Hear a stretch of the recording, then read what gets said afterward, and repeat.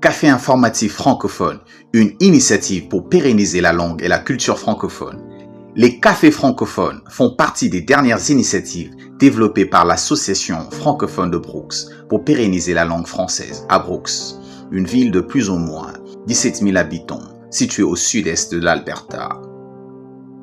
Cette activité a eu lieu le week-end à la Maison des Jeunes pour débattre des problèmes prioritaires les concernant. Cette activité réunit une quinzaine ou vingtaine de personnes qui débattent sous la direction d'un modérateur des problèmes d'intérêt général qui touchent les secteurs de l'immigration, de la santé, de l'éducation et du travail. L'Association francophone de Brooks est très fière d'avoir initié ce projet appelé initialement Café des femmes francophones de Brooks. Ce projet mis en place par l'Association francophone de Brooks en 2021 dans le cadre du programme des langues officielles du ministère de Patrimoine, s'est fortement inspiré des rencontres qu'organise chaque samedi un groupe de francophones de Médecine Arts qui se réunit chaque samedi entre 11h et 12h au Café La Verve, entre 12h et 14h à la bibliothèque des Médecine Arts. Pour assurer la continuité de ce projet, l'Association francophone de Brooks a inséré l'activité de café informatif dans son programme de développement des communautés de base, volet langues officielles. Aujourd'hui, cette activité n'est pas seulement réservée aux femmes, mais aussi accessible aux hommes.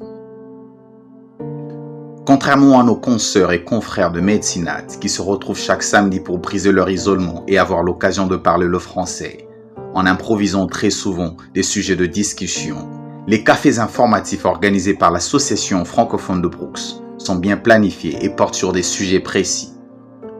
C'est le cas notamment du café informatif sur le système canadien d'octroi des bourses d'études, ainsi du café informatif sur les maladies et accidents liés au travail, qui ont permis à nos membres de renforcer leurs compétences sur les questions qui touchent les bourses d'études de leurs enfants, mais aussi sur les dispositions qu'ils doivent prendre en cas de maladie et accidents liés au travail. Dans le cadre du caractère éducatif et des cafés francophones, suivons cet extrait.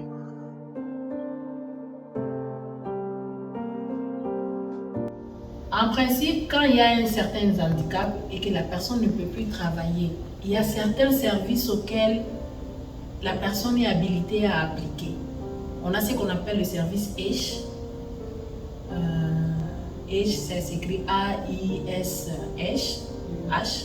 Donc là, c'est vie handicap. Alors tu appliques, ça s'applique aussi à Alberta Hawk. Alors si on accepte cela, Alberta Hawk peut couvrir. Mais comme je vous ai dit, Alberta Hawk aussi. Oui, merci pour ce programme, ça nous a beaucoup appris. Et surtout, nous sommes les immigrants.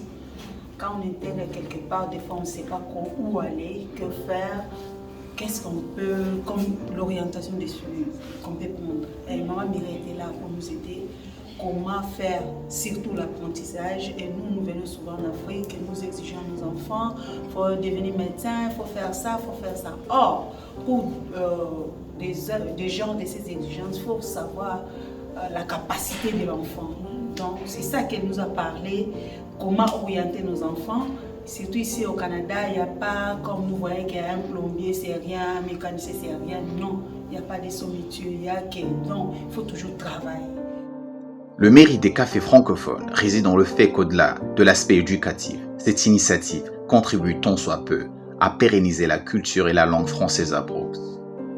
C'est pourquoi nous exprimons notre gratitude au gouvernement du Canada et au ministère du Patrimoine qui a rendu possible cette activité.